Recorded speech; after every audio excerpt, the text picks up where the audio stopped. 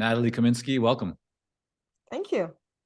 Great to have you here on the podcast. And we're going to cover a lot of ground, but what I thought we could do to start, I mean, I know today you are a team of 63 people at Jet Rockets, and we're going to get into how you built the company up, lessons learned along the way. There's a lot I know that you can share, but let's start off by going back in time a little bit. You're in the US right now, you're based in Brooklyn, but that's not where you're from originally. So share what you can, a little, just kind of take us back the story of how did you get to where you are? Where did you grow up? And what did that kind of career progression look like to get to where you are today? Gladly. Hi, Michael. Thank you for having me on your podcast. So I was born in the Soviet Union, in the Russian part of the Soviet Union. And subsequently, my parents moved to Ukraine, where I spent my first several years of my childhood in the city called Dnipro. And when I was about 9 years old, my mother and I, we moved to Israel because my mother remarried, my parents got divorced when I was 5, and then my mother got remarried, and we moved to Israel. And I spent the rest of my childhood up until I graduated from high school, I spent in Israel in the beautiful city of Ashdod, which is located on the sea, and it's wonderful. It's thinking back, it was a very difficult time in many aspects, but it was also a beautiful time in my life. I really enjoyed growing up in Israel. And as I graduated from high school, my father, who at that time had already moved from Soviet Union to the United States separately, he kind of reappeared in my life, or in my mother's life, I suppose. And he said, look, I know Natalie is about to graduate from high school, and in Israel, as you may or may not know, there's a compulsory army service that every child at the age of 18 gets to go to. But my father said, you know what, how about she just comes over to the United States, and, I can help her, and I can get her into the university, and, give her some other opportunities which were not necessarily available to me at that point of my life.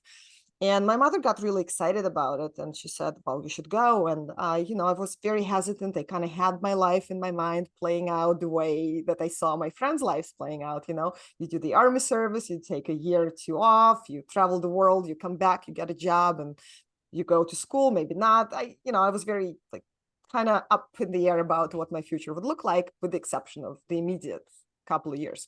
Right. But my mother was very adamant about me joining my father in the United States. And so I didn't really have a say, I guess, at that time. And in 1998, in October of 1998, I landed in Minneapolis, Minnesota, of all places. Wasn't very happy about any of this, but I had two things in my pocket, so to speak. I had $500 that my mother gave me, and I had a return ticket to go back to Israel with an open date that was valid for the next 12 months. And I, without going into too many personal details, my father and I didn't work out. We only were able to survived next to one another for about 3 months. I moved out after 3 months into a rented apartment, and I kind of decided to give myself 9 months to make it or go back home. Right. And so the next 9 months I spent getting a job as a programmer. It was important to note, it was 1998. It was the peak of computer jobs, right? Everyone wanted to get into IT. Y2K was upon us. It was relatively easy to get a job in IT. All you had to do was to claim that you knew how to program and you had a job offer. So That's pretty much what I did. I got my first job as a computer programmer. After about 3 months, I understood I wasn't one. But I wanted to stay within the IT world. And so I spent the next decade working in different roles in the software development lifecycle, going from QA into business analysis, a webmaster in the early 2000s, project manager, and so on and so forth. And I moved from Minneapolis to Boston, subsequently to New York. And I quit my last full-time job in the year of 2005. No, I'm sorry, 2009. Yes, 2009, at which point I took my first consulting client. So tell me actually about that. So you started Jet Rockets, right, in 2009. When you decided to start the company, how did you go out? Like you mentioned that first consulting client. So where did they come from? So I did not officially start Jet Rockets in 2009. In 2009, I quit my job as a director of operations of a company similar to Jet Rockets at that Yeah. time. It was an onshore software development company servicing the hedge fund industry. Mm, And I kind of, because it was a relatively small company, about 25 people, I was wearing a lot of different hats. I was managing a couple of projects. I was helping the CEO run the operations. I was helping in sales. So inadvertently, I kind of learned, in addition to my background in the software development, I hmm. also learned the business of software development inadvertently through, this Right. job, which I held for about 4 years at that time. And I I felt like I hit a ceiling. The company wasn't growing fast enough. The company, as a matter of fact, it wasn't growing at all. It was just kind of stagnating, and I felt like I needed to take a step back. I also had a 3-year-old, my first daughter. She was 3 at the time. I felt like I missed so much time with her the first couple of years, and I felt like I just needed to get away from it all. And Mm, so I quit my job. And I said, you know what? I'm just going to consult for a while. It wasn't the company yet. okay. The company will come later. But I said, I'm just going to freelance. That was the word, I guess, at that time. When you And decided that in your mind yeah, that you wanted to freelance, where did you think that you were going to get your clients from? Like it sounded like you were already confident that you would make this work. What mhm. gave you that confidence? What were kind of the signals or signs for you that this would come together? So due to the nature of my last job, I made a lot of different connections in the industry because I attended a lot of industry events. I kind of made a Mm, lot of connections through the people and clients I've worked with. And again, it's important to keep in mind it was 2000 on the heels of 2008 collapse. A lot of right. companies went belly up, but then also a lot of new companies popped up. And Hmm. so some of the people I knew, they started, there was some chatter about, oh, can you help me do this? Can you help me do that on the side? So I feel pretty confident that if I Mm, went out there and I emailed a few people and I said I was available to do some consulting gigs, I yeah. guess, that I could get something, right? At no point was I sure, oh my God, clients were lining up. There was no such thing, of course. Right. But I kind of felt confident enough that if I put myself out there and I've continued with the networking and kind of just going out there and mingling and seeing what people are doing and how people are dealing with the whole financial crisis. Because there's always an upside to any financial crisis, right? People are trying to create something new. So there's always Hmm. an opportunity. And I felt like I could find my way. And my first idea was I, I could go and I had all this knowledge, especially in the financial service, because we were servicing the financial service clients industry. I said I could go and maybe I can help develop some new products, like software as a service tools, specifically around research. That was like one big area of interest of mine at that Mm, time. And so I reached out to a few people that had in my, I guess, in my contacts list. And I said, this is what I'm doing. I'm trying to find a client. I'm trying to help someone build a new product. And relatively quickly, I got a few responses back. And the first response I got back was from a client who I used to work for, who since that left the company that he used to hmm. work at, and he was contemplating starting a new business. Right. And that's exactly what happened. So he said, you know what? I love the work that you did when we worked back then. So why don't you help me figure out and kind of be the product manager? At that point, he just wanted to figure out how and if his product idea was feasible. Mm. So now let me jump in for a second. So what I'm hearing is you kind of took the path, which is a very classic common path in the world of consulting. This is what we kind of call internally network reactivation, right? So you have this network, you built up these relationships with people, you decide that you're going to now start this business or at least start consulting even before the business. And you essentially kind of reactivated your network, right? You said, hey, everyone, here's what I'm planning to do, or here's what I'm interested in. Do you know anyone, or how does this resonate, or any thoughts or ideas? And then from that, some opportunities bubble up, that kind of becomes your first group of clients. Is that correct? Pretty much, yes. That was the goal. Look, to me, financial stability has always been of importance. And Hmm. so I couldn't just take my time and just figure it myself out, right? Like Sure. many people Sure. do. So I had to act quickly. Yeah. So I precisely, just like you said, I reached out to my network and said, listen, I'm available. Yeah. Does anybody have any ideas? I'm willing to help. Then if we fast forward to today, your company obviously Yes. is very different, right? It's not just you as a solo consultant anymore. It's now a team of, right, 63 people Yep. around the world. What's working best for you right now from a business development, marketing standpoint? How are you filling the pipeline? How are you generating qualified leads? What are, maybe 2 or 3 things that you're focused on that are working really well? Yes, well, I'm going to start by saying what does not work in my world at all, Okay. which is cold sales. And Mm. that I've always had And just that define theory. cold sales for those that are joining us who may not be clear on, like, what does cold sales mean? Just define what that means to you. Yeah, so just reaching out with cold emails, cold LinkedIn messages, cold To phone people you calls don't know. sometimes to people you don't know, and basically Right. say, "Hey, buy my services right now." Right. I'm the best at this. Yeah. Yes. So I've always had this theory that in our world, specifically in the things that we do, it doesn't work. You have to build trust, you have to build relationship, especially because most of the time the price tag on the services and the platforms that we build is quite high. Right. So it's not like we're selling, I don't know, $100 software Yeah. So licenses to, just give a yeah. range. So when you say it's quite high, what does that We typically mean? start at about 50,000 and up. Okay. That's our entry point. Yeah. So, for many people, it's a significant amount of money. It's significant investment. And Sure. I personally would never buy anything like this through a cold email. So Right. I like to always say, before I do something, how would I react to the same Great. thing? Right. Yeah. And of course, I'm just one person.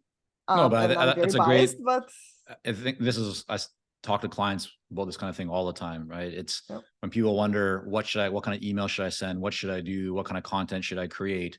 It's put yourself in the position of your ideal client and really think about what's going to resonate with them. What would they appreciate? What would they pay attention to?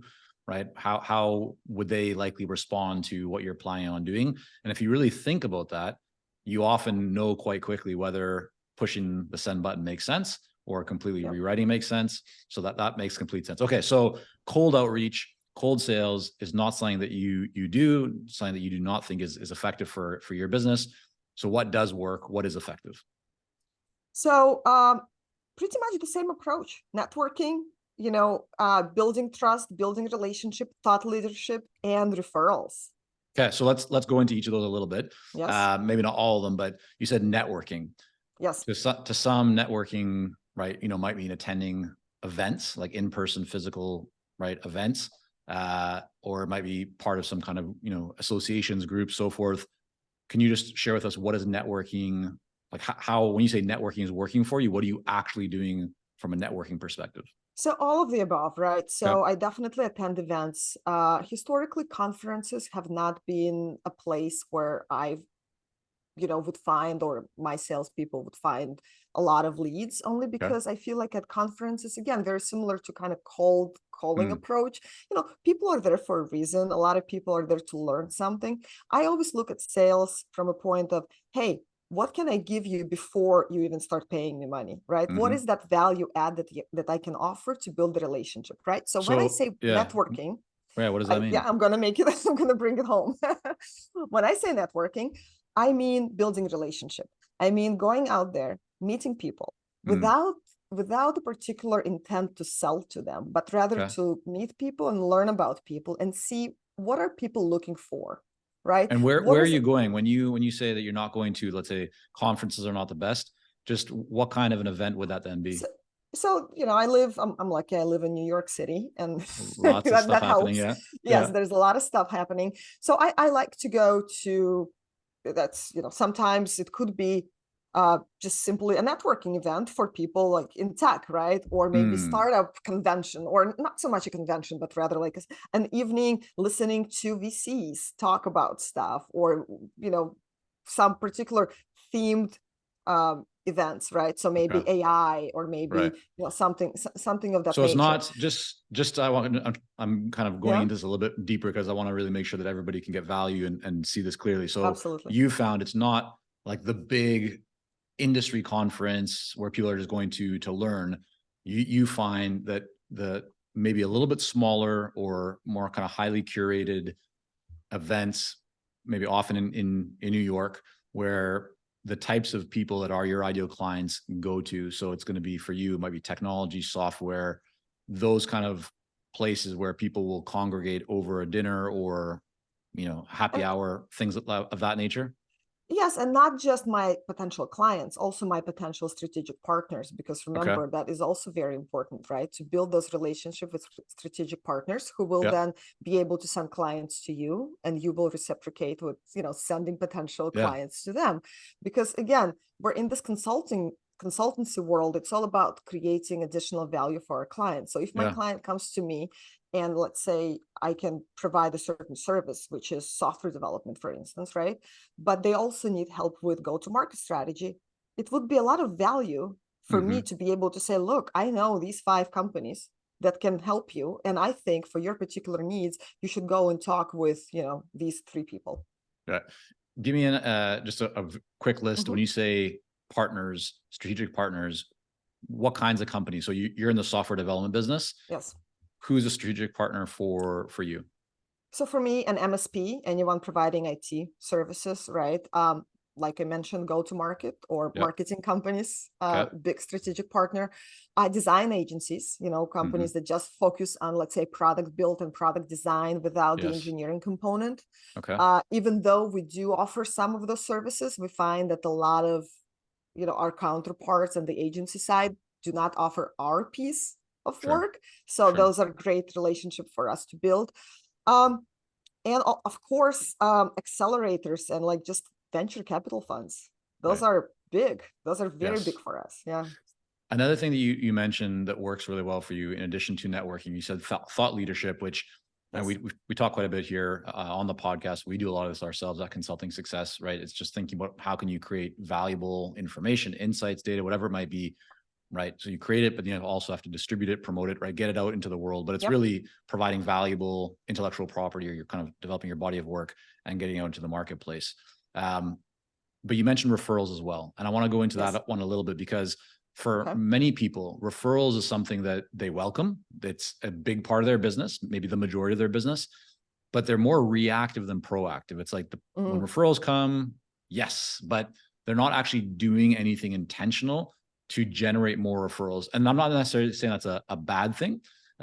It just what's common. I'm wondering, when you talk about referrals, is there anything that you're doing that you feel like doing A or B things really contributes to us getting more referrals? Well, first you have to really take care of your clients, right? You have to not just ask for a referral, but you have to create a situation where your client just brags about you every place they go without you Mm, even asking them, right? Because you've created so much value for them. You've become indispensable for your client at yeah. every step of the way. I want to just, sorry, I'm going to keep drilling down on this, because Yes. our listeners know that I always like to go deep and deep just to try and get more and more Love it. stuff for them. So when you talk about that, is there anything that you do specifically to take care of your clients, or to create that level of value that you feel maybe others don't do, or you just feel like, yeah, this is a really important part of our process or our approach?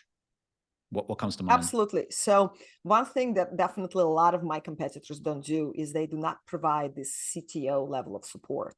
Mm, So again, what we do, we do the software development piece, right? But alongside, because a lot of our customers, and we, as a matter of fact, we specialize on working with non-tech founders, yeah. an add-on value service that we provide is acting as their CTO, especially at the time when they decide to fundraise, or at the time when they start to grow, or at the time when they have already raised funding and they're trying to strategically think about like what's next for their company. So Right. we take the ownership of being that guidance to them and that strategic thinker and that strategic partner from the standpoint of how is their tech stack going to grow over time as they succeed.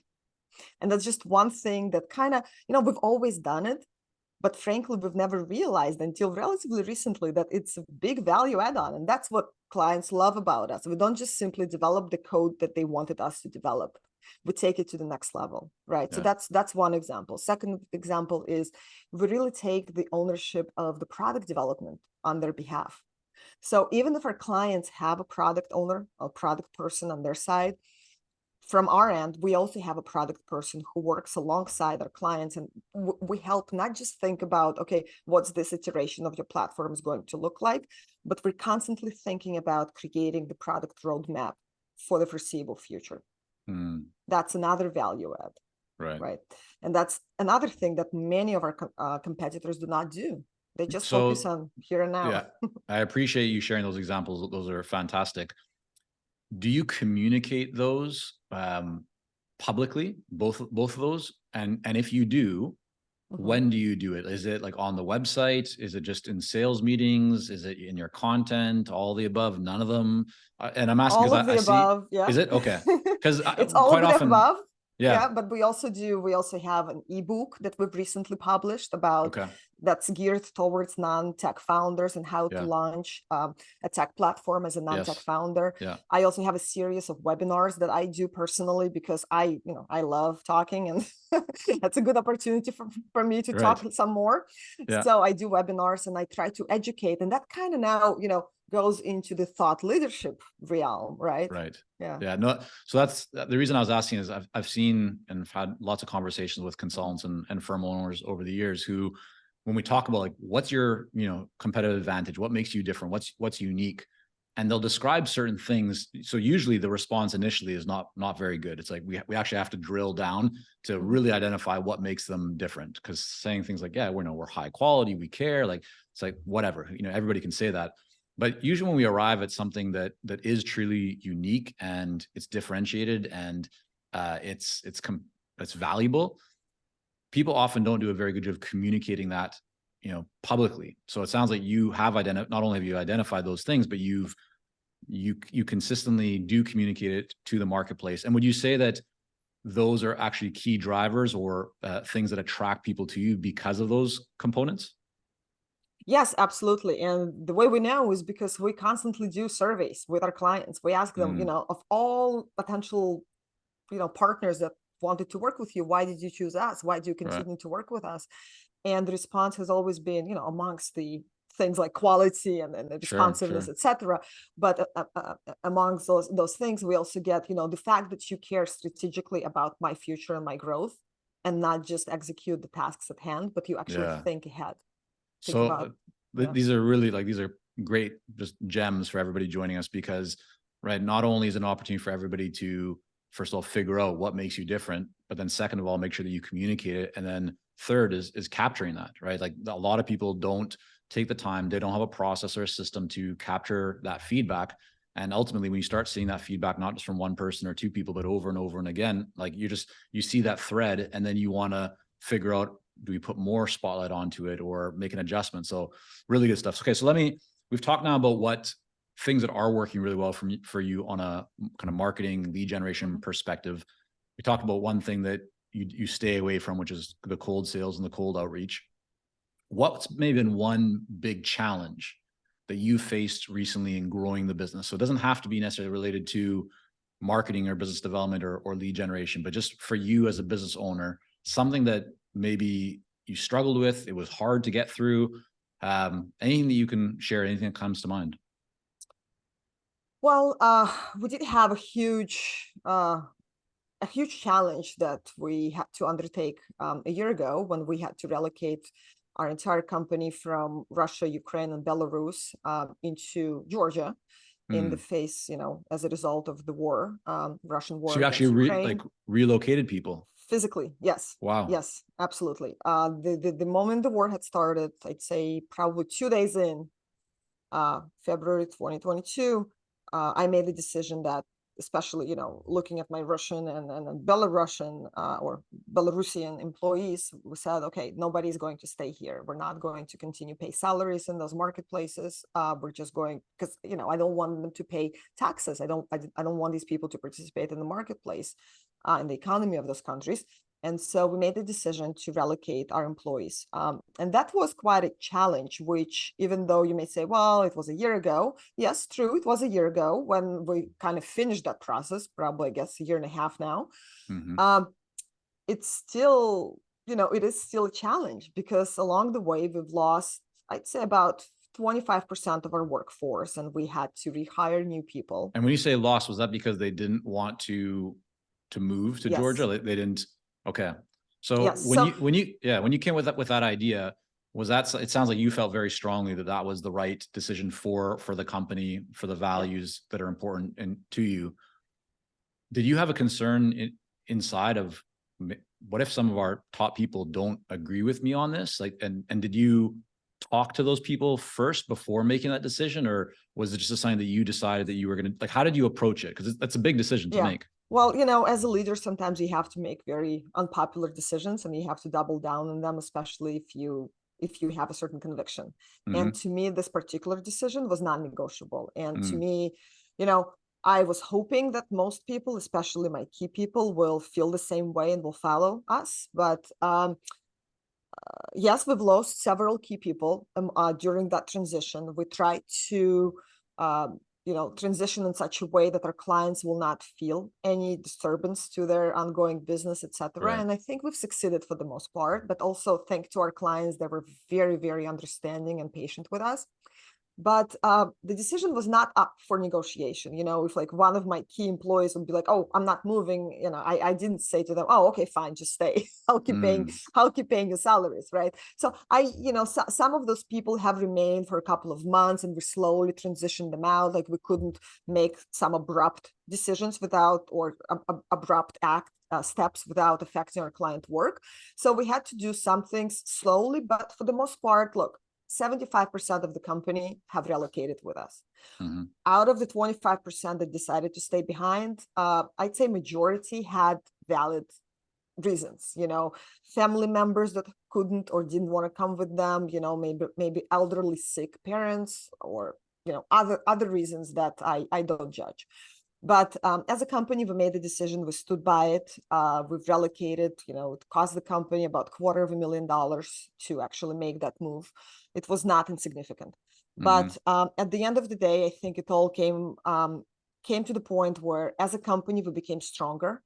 We learned that we can go through adversity and kind of, come out on the other side.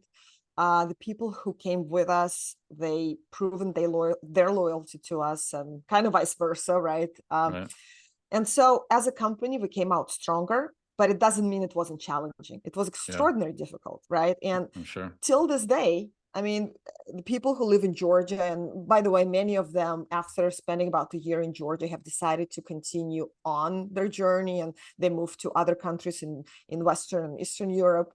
But a lot of them ended up in Portugal and Serbia and Spain. Those are the kind of the key areas where a lot of those people have gone to. People are still struggling. They currently do not have a place they can call home. There's a lot of kind of like visa issues and a lot of situations that people are still trying to deal with. And it does create a certain level of stress for everyone and pressure. But as a company, we try to do everything to support them.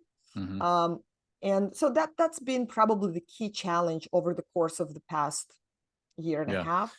I appreciate you sharing that, because that's definitely a big challenge, and one that I would imagine is not, I should just say would be controversial in some ways, possibly for some people. So I appreciate you sharing that. You talked about this was a hard one for you. And the other thing I wanted to ask you about was today, as with a team of 60 plus people, I know at times it's even been higher than that. If you push the rewind button and went back to when it was just you or, a handful of people, did you always think, I want to build a company that has 50, 60, 70 people? Oftentimes people will have a bit of some kind of a limiting belief, like I can't build to X number. And I'm just wondering, is there anything, like, did you have any kind of limiting belief around building to a certain size of company? Do you have any concerns about how can we manage this number of people as we continue to grow? Just if you can take me inside your mind and kind of walk me back a little bit, what's been your relationship with and mindset around, growing to this number of people over the years? I love this question. Thank you. So no, right. The first answer is no. I've never had a business plan. I've never had an idea of, oh, I'm going to build a company with 62 people or 75 people. That's never been the case. As a matter of fact, I still don't, but we'll get to it. So I'd say the first 5 to 6 years, it's really been like a lifestyle consultancy business. We've had, and when I say we, at that point, I think we were a team of maybe 15 at the peak before we decided to kind of take the next step. 15 to 20, we kind of fluctuated up and down a bit. And we had 3 to 4 projects at a time. And we didn't have any project managers. I was doing a lot of the project management work. So I was doing a lot of work in the company, not just on the company. But it was very, I sometimes think about those times and I reminiscing back. I'm like, oh, it was such an easy time. It was so cool. We were making enough money to feel good, right? To maintain certain level of quality of life, quality of living, not too much stress, and not too many people to worry about. And it was good. And then my partner, who is my CTO, he came to me and he said, so, and I said, so, and he said, why aren't we growing? Why are we stagnating at this size with this, revenues that haven't grown year over year over year for the past 3 years? And I said, what do you mean? We're doing awesome. He said, well, yeah, we're doing fine, but why are we doing this? So it was really him. He was the driver behind that decision to say, you know what, maybe we can do something bigger here, right? He said, we have such an amazing process going on. Why aren't we applying this process and why aren't we actively growing? And I was very hesitant. Let me tell you, Michael, I'll be honest, I was very hesitant. I said to him, but I'm so I just had my second child and I'm like, but I love this life. I don't have to work too hard. I make enough money to feel good. Like, why do we need more? And he said, well, then, because we have something good going on. And I took some time and I thought about it and I kind of gave in. And I said, you know what, fine, let's try. Let's see what happens. And by let's try, what I really meant is, fine, I'll go and try to do some more sales. That was the really, let's do this behind it. And so I started to pay, I went back to the networking. I went back to, the emailing. I went back to very actively asking our clients for referrals and be like, do you know anyone who's looking, right? And amongst those things, one thing kind of led to another, and we did kind of, the train kind of started moving along. Sure. And then we realized very quickly that, we got to 35 people, like very, very fast. And that was a little bit kind of like, oh my God, what's happening? Like way too many people. Looks like we need to start hiring some quote unquote overhead positions, such as project managers and like testers. And we did. And then again, we grew probably twice, like we doubled our revenue in like a year. So let me ask you on that. So when you were at 15 people and then your CTO co-founder says, hey, let's take this to the next level. We have a good process. We can definitely, we can make a bigger impact, so on and so forth. How did you get to that next level? You went from 15 people to 35 people. Was that landing a couple of big projects or was it landing a handful of projects? What actually took you to that next level? So we got two or three projects. That the key here is not just getting like one-time projects. The key to our growth has always been building long-term relationship with our clients and creating those retainer agreements with our clients that allowed us to hire people knowing that, I'm not going to have to downsize the next month.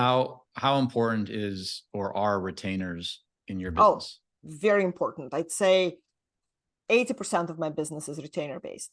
Do you think that other web development, software development companies that do not use retainers, they just create a website, create a piece of software and that's it?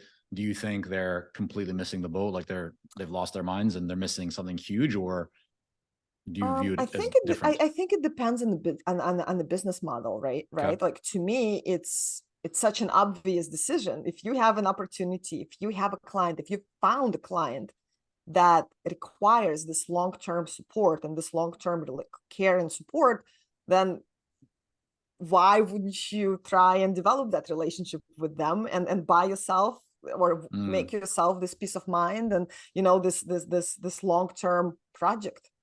Right. So when the company went from 15 people Yep. to 35 people, then today, right? So I think you said 63 people. Mhm. What have you seen in terms of the financial impact? Like obviously a lot more people, more revenue. What has that done to the profit, kind of So the margins or margins, right. yeah. So the margins, at that point, we didn't see any effect on the margins, quite frankly, because we still didn't have, you see, Jet Rockets is very, very top lean. Like we're very, very lean at the top.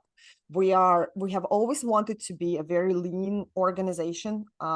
Only about a year ago, when this whole like relocation effort has begun, that was the first time we actually hired an HR manager. Until then, we were dealing with everything on our own, right? So my Right. partners and I, like, we were just like kind of handling all the administrative Yeah. part of the business. So we don't have this, like, I'd say sometimes wasted structure of managers underneath of managers, like managers of managers, right? Like I never wanted that. In early 2019, we've actually implemented quote unquote lean teal management like teal structures within our company. And that was What's something. just define that for the people who aren't familiar. Yes, so teal management talks about self-managed teams and how, you really don't need a lot of middle management in your organization. You have your, I guess, your company executives, and everyone underneath that layer is an active self-managed employee. It requires a lot of trust. It requires a lot of self-awareness. It requires a lot of accountability. Not every employee is capable of that level of accountability and self-awareness, but this is something that I believe can be taught. Is this part of your hiring process now? Like, do you look for people who you do a personality assessment or some kind of an assessment that helps you to identify whether they have the right kind of mix or Absolutely. To criteria? me, Okay. cultural fit always matters a lot more than concrete like skills, Got like it. hard Okay. skills. Yeah. Got just a few more questions, and I know we're gonna wrap up here shortly.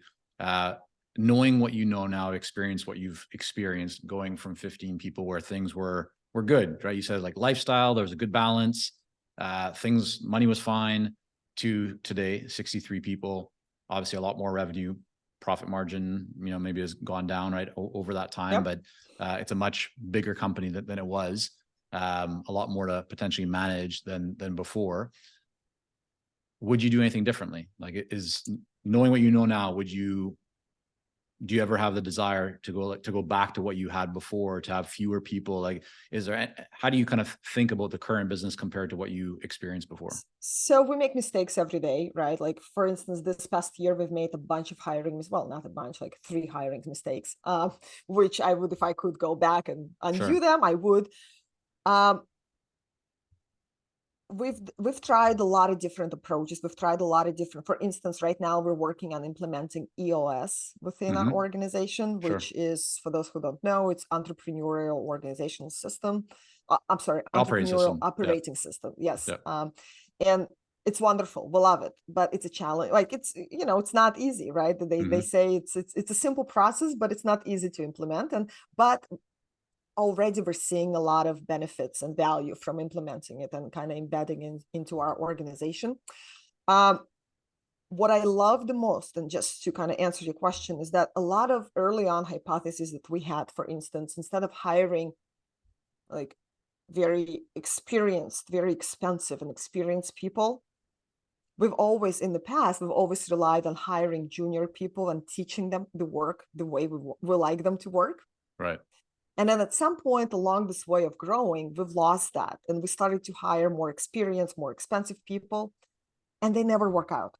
They just never work out for us.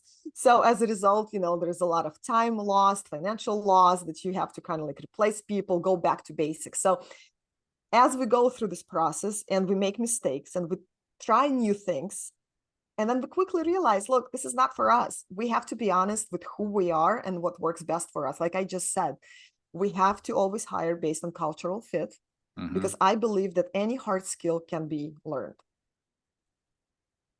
Okay. So I'm hearing you say you would not go back to the way things were before. No. There's definitely a lot of challenges Yes. today, but there's always going to be challenges, whether you're small or big. They're just different kinds of challenges. I want to ask you one more question, and then we'll wrap up. On your website, you have a really interesting page where buyers can kind of like move some elements around to get a sense of their project cost.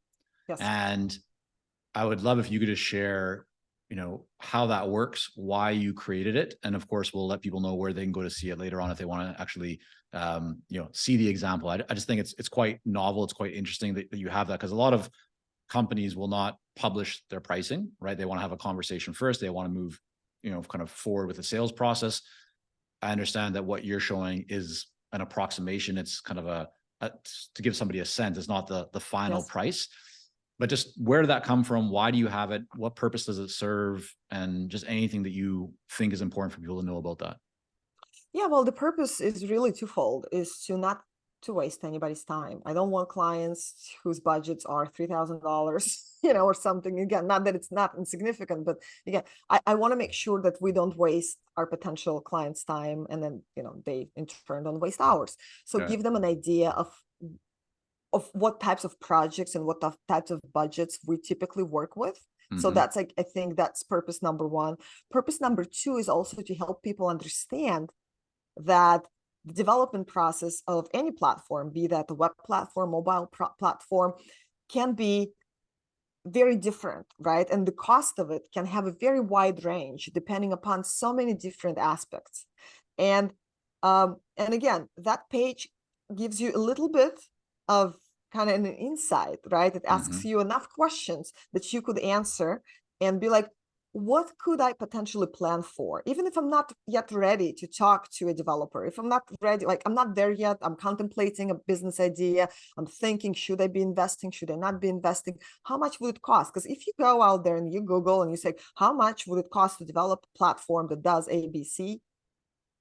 The range you get is wildly, like it's wild, right? It'll tell you between $10 to $100 million, right? It's like super wild range. So we try to bring that range in just a little bit and give you a slightly better understanding. And there's actually, these are not just random numbers. There's actually an algorithm underneath, and it's based on, years and years and years of experience. I always say that any product should start with an MVP, development of a minimum viable product. And an MVP, depending upon the complexity and the details of an MVP, should cost you anywhere between $50,000 to $125,000. Again, it's a very wide range, but gives you somewhat of an understanding of what to shoot for. No, I think that's great. And again, we'll make sure people can go and have a look at it. I think it's a good example of how to put something like that into practice. And, for those that may be just getting started, it may not be the for where you should be focusing in terms of putting your pricing right away on the website. But I think especially as a company is gaining more experience and is becoming more established, and in your case, right, very well established with a lot of inbound lead flow and people checking you out, right? The last thing that you want is to spend all your time or your salespeople's time, right, on calls with people that are unqualified. So having that kind of qualification component in there, I think is really great. So with that, Natalie, I want to thank you so much for coming on here today. And where should people go so they can see that pricing kind of vehicle, or what I don't know what you want to call it, pricing tool, calculator? Yeah, there we go, calculator. What's the URL for your website, or where should they go to have a look at that, and also just all the work that you all are doing at Jet Rockets? Absolutely. So our website is jetrockets.com. And you go there and there's a pricing menu item right to the top menu, and I welcome everyone to come and check it out. But you can also find me on LinkedIn. I'm pretty active on LinkedIn. My name is Natalie Kaminsky, and that's, if you Google me, you'll find me there. And my email address, it's natalie@jetrockets.com. I'm always happy to chat. If you have any business ideas, I'm always happy to chat and offer my advice. All right. Well, we will have all that linked up in the show notes at consultingsuccess.com. Natalie, thank you so much for coming on again. Thank you, Michael. I really appreciate you having me here.